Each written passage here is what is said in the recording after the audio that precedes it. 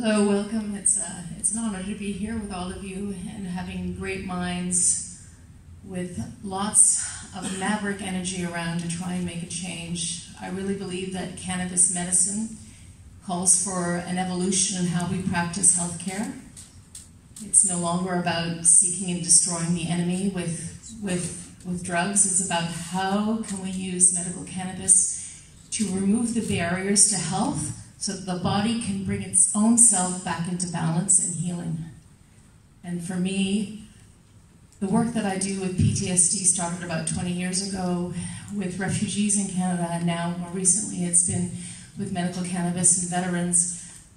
I've seen over 1,000 veterans, and they've taught me more than anyone else or anything else about medical cannabis. Today I have Mr. Claude Rainville, who served in the Canadian Air Force for 20 years as a loadmaster and traffic tech. He's going to share some of his experiences. And as you see in my poster, this took a whole team to get here. Dr. Diva Mary, who works with me in the swap clinic, Al Pardath, who continues to give ongoing education to my patients, Holly Schulman, who put the slides together, and Rodolfo Rivas, who is very important to what I do as he provides integrative health information. What I have to disclose is that I have an educational grant from MedRelief to be here, ongoing support from CannX, which is a medical cannabis clinic that serves veterans, and for which Mr. Claude Rainville also works and coaches veterans, gets them literally out of their basement and functioning again. I have ongoing support, educational support from Tilray. I'd also like to thank Dr. Adam Maskovich, who himself is an Israeli veteran psychiatrist and fellow road warrior in Canada with me. It is a fight for health and how to optimize the healing and wellness of our patients. And it's not going to get any easy anytime soon. And I'd also like to thank Rabbi Sheldon, who always feeds my heart and my soul. The veteran's journey, we're going to go through this quickly today. The clinical importance of sleep, the autonomic nervous system and its dysregulation. The autonomic nervous system is made of the fight and flight system, the on system, and the parasympathetic, the relax and restore system. And in PTSD, you have too much on, both during the day and at night. So a rampant fight and flight system, and the on-off system is nowhere to be found. There's no brakes to your car. The polyvagal theory developed by Porges explains that very well. And then we're going to go into the trenches with our veteran, and he's going to lead us through those trenches. Importance of sleep. It affects cognitive processing if you don't sleep well, memory consolidation. Anybody sleep deprived here? Jet lagging? Imagine not only 3 nights of not sleeping, but night after night, year after year, month after month of not sleeping. Eventually the body begins to ache because of inflammatory factors. The endocrine system gets dysregulated. Chronic diseases are made worse, and there's no quality of sleep. What is the one medication that you know that could address all of these things? Cannabis. My focus and background is basically neuroscience. I have a background in neurosurgery, neuropsychiatry, then I did a fellowship in sleep medicine where I could touch on everything to do with consciousness and human healing. And with PTSD, when I speak to my veterans who've started cannabis, I said, what are the top 3 things that it's helped with? And inevitably, they'll say sleep. Not the flashbacks, not the nightmares, not the avoidance. They talk about sleep. And I've heard over and over again stories of medical veterans who were trained to think that cannabis was a drug and was forbidden in the Army, to I was at a party one night and one of my vets gave me a spliff and I slept for the first time in 15 years. For those of you who aren't familiar with sleep electrophysiology, there are basically 4 stages of sleep. You start with wake, then you go down to stage 1, stage 2, stage 3 is deep sleep. Then you come back into REM, you're asleep, your body is paralyzed, but you were like wake-like activity. And throughout the night, the brain does this pattern on a nice sinusoidal wave. So awake, down to deep sleep, up into REM, down to deep sleep, up into REM. But with the PTSD brain, what happens is you have an interference pattern. So the sleeping brain wants to do this nice sine wave, and the PTSD fight and flight brain is going, wake up, wake up, wake up. It's like someone poking you all night long. How are you going to feel in the morning? Fatigued. You won't be able to think. You'll have aches and pains in your body. And this is an example of the interference pattern that can happen throughout the night. This is just a 5-minute epoch, but these are sympathetic bursts that are interfering with this person's brainwaves in sleep. This is an example of a veteran we had started on medical cannabis. You can see that, as I said, it should start with wake, down into deep sleep, and then up into REM, and then down into deep sleep, and then up into REM. You see their deep sleep has decreased, and even their REM is fragmented with the brain waking up. After treatment with medical cannabis, we see more deep sleep, and we see expanded REM. Of course, it's not perfect, but across many sleep consolidation objective variables, we see an improvement from the first sleep study to the second. This is just very preliminary data, but we're working towards collecting more as we go along. So, that brain that doesn't want to turn off, that's called autonomic dysregulation or sleep instability, and it causes many of these symptoms that are superimposed upon the PTSD. A very good theory that you might want to refer to better understand your patients with PTSD is the polyvagal theory, and I'd suggest you look into it because it talks about the on system, the sympathetic nervous system, the off system, the parasympathetic nervous system, and the importance of attachment. At the end of the day, if you don't feel safe, you are going to be stuck in the reptile part of your brain, in that fight and flight on and off system, and you won't be able to access these social skills. You'll be stuck in the sympathetic drive. And that's what happens with PTSD. We are stuck in the reptile brain in emotions with no frontal lobe to downregulate, to make sense of things. And so I have veterans tell me that they're going down the escalator and they could swear there was someone holding a gun at the end of the escalator, and they're going down that escalator and they're in fight and flight mode. But with cannabis, it slows down their reaction time just enough to realize it's not a gun, it's a package. Here are just other examples of autonomic dysregulation that are shine through with PTSD. You can see the categories. They have them in the DSM, but I prefer to look at more on a neurological, neurophysiological level, and then, of course, sleep problems. So now we're in the trenches, and Mr. Claude Rainville is going to give you the first part of his journey before medical cannabis. Hi, bonjour, good afternoon. You're going to have to bear with me because that's the first time that I appear in front of a crowd since I've been wounded. So I'm a little bit nervous today. So, like Dr. Terwell said, I served in the Canadian Forces in the Air Force for 20 years as a loadmaster, well, traffic technician loadmaster on the C-130 Hercules. I got out in 1998, but in 1997, I couldn't do my job anymore, and the doctors at the time were telling me that I had a burnout. So I kind of put my release, and I got out of the forces because I couldn't accept that I couldn't do my job anymore. So from 97 to about 2007, I tried to survive. I did about 15 different jobs, and I couldn't do jobs anymore. And the doctors, all they were telling me is I had a burnout. Oh, it's okay, you have a burnout, go back home, take some pills, take some pills. So I kind of fell down in 2007. That's when I couldn't do nothing. I mean, I was totally out of it.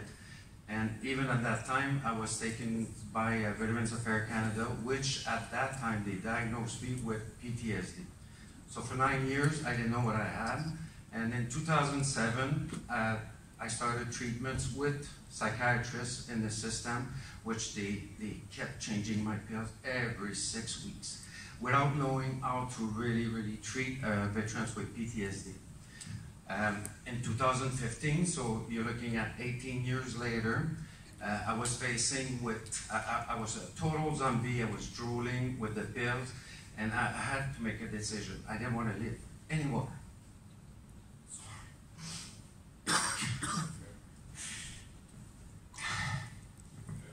So that's before medical cannabis. So far in Canada, there are veterans that have been diagnosed with PTSD. I'll come to you. Okay, I'm sorry for that.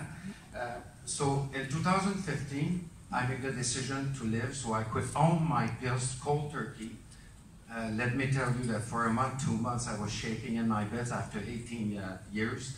And I decided to use medical cannabis at that time, because in 2015, I lost my family. I couldn't function, and all I was thinking is about suicidal. So that's when I started medical cannabis. And Mr. Granville is one of the lucky ones. There's only 20,000 so far in 2017 officially diagnosed and recognized by Veteran Affairs. There are over 800,000 servicemen, and if you add the RCMP, probably 1 million across Canada. There's a shame of coming forward, but even when you do come forward, the doctors really aren't trained. I say they don't have the tools in their toolbox to deal and recognize PTSD. And unfortunately, many of the doctors, once they find out that you're on medical cannabis, they will drop you as a patient. In Canada, what happened was Veteran Affairs was allowing up to 10 grams a day to veterans, which they paid for.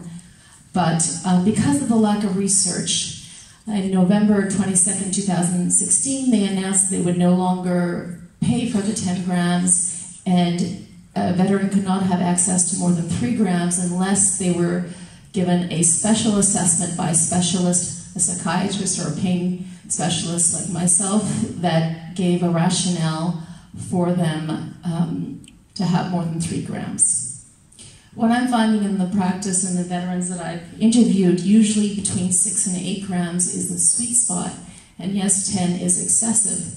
But overnight, the veterans were cut from 10 down to 3, and they were back in their basements and suicidal and not leaving their homes again.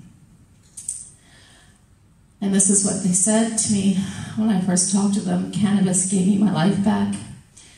It was not my gateway drug, it was my gateway out of my basement. I was on 17 pills a day, I was drooling, I lost 8 years of my life, and as Mr. Jaime says, he lost 15 years. There is research looking at PTSD and sleep, and actually a predisposition to poor sleep, even prior to combat or even without seeing combat, predisposes people to PTSD. And again, that's that flight and flight part of the brain that cannabis seems to help rebalance and allow people to slow down enough to reconnect back into their frontal lobe. Most pharmacological strategies really don't work, and unfortunately what happens with many veterans is they'll try it on multiple meds, and if a certain dosage doesn't work up, the dosage is ramped up to the point where there's no more reaction, but they're literally zombified. And the approach that we've developed at the Sleep-Wake Awareness Program looks at many levels. We look on a physical level, a biochemical level. Ultimately, for me, the body is a bioelectric grid. This is an energy grid, so we have to look at that. And then the psychosocial piece. These are the side effects of many of the pharmaceuticals the veterans are on. A lot of them complain about sexual dysfunction. A lot of have GI distress. They didn't necessarily, they might have been knocked out at night, but they didn't wake up feeling refreshed. And this is basically the cocktail of what we're looking at. They've tried some of the aesthetics, but it really is not as effective as the plant and the oil and the other formulations that are available. We've heard already at this talk about the opioid-sparing effects of medical cannabis. I've also encountered veterans who said to me, you know, when my cannabis is optimized, I have no urge to drink. I don't even need to do cocaine anymore.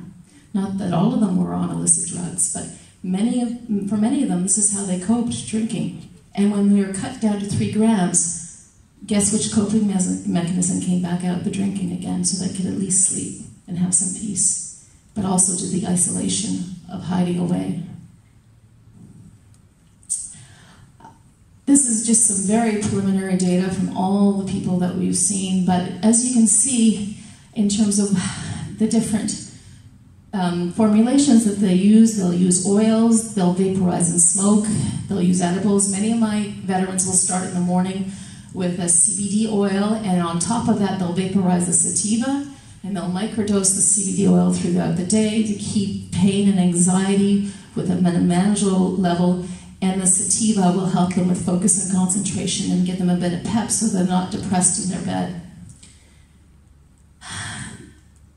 The range of THC, CBD is very personalized. It's really veteran dependent.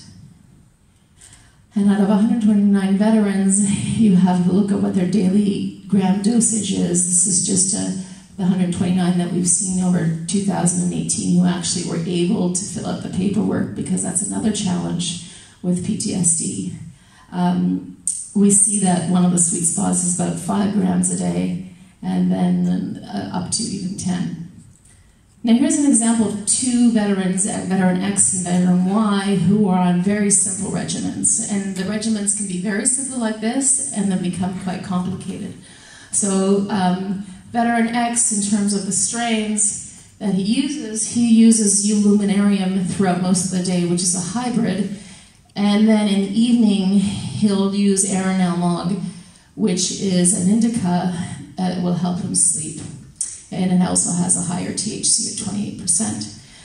Veteran Y will use Avidecal throughout the day, and then some sediment at night, which again has higher THC to help with sleep promotion. And now we're going to have Mr. Aviv tell us his part 2 of with medical cannabis. Merci beaucoup. Actually, I'm going to talk about my, you say that regiment? Mm-hmm. The regiment, how I take my cannabis.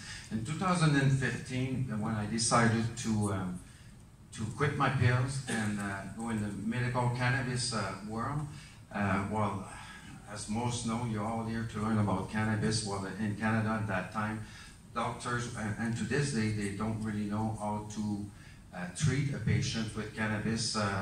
So what I had to do is I did my own research, and I dealt with the company MedRelief in Canada, and with the number of strains that they have, I kind of tried them all first. To see which one had the proper effect on me. And now I know my strain that I like, and people that say you only need 1 strain, well, I don't think it's right, because in my day, I might have 10 different strains open in my pharmacy, and I might start with a sativa and switch with an indica a couple hours later, because of how I feel, because your metabolism changes, and it's not the same for each individual. So basically, what I do in my day is I take 3 grams of CBD, so a morning, lunch, and supper, and the other 7 grams is it's really partagé. Spread out throughout the day. Spread through the day, you know, with sativa and indica, and I really like at night. I usually put about 4 grams of indica in hot water in a press cafe, you know, Boudum, and I drink that about 10 o'clock at night, so that way I can have a better night. So people that say 10 grams a day is a lot. When you put 4 grams in water, that's 4 there. You get 3 grams of your CBD a day. That's 7. So I've got 3 grams to play during the day with sativa and indica to make sure I get a good quality during my day. Okay, and that's the reason why today I'm here, because of cannabis. Without cannabis, I mean, I would still be a zombie, or maybe not even alive, you know, today. And what I do from my days now is I take care of other veterans in Canada. They call me, and I help them through the process of all getting their benefits and all that. And when they ask about cannabis, I educate them, and I show them a way that fits them and not be imposed on them. It's really try, experiment, and when you like a strain that makes you feel really good during the day for your pain or whatever, then you stick with your recipe, okay? And that's my story. So this is the role of medical cannabis in optimizing sleep-wave health. It really touches across all levels of functioning. And I just wanted to say thank you, and these are the other areas of interest. Thank you very much.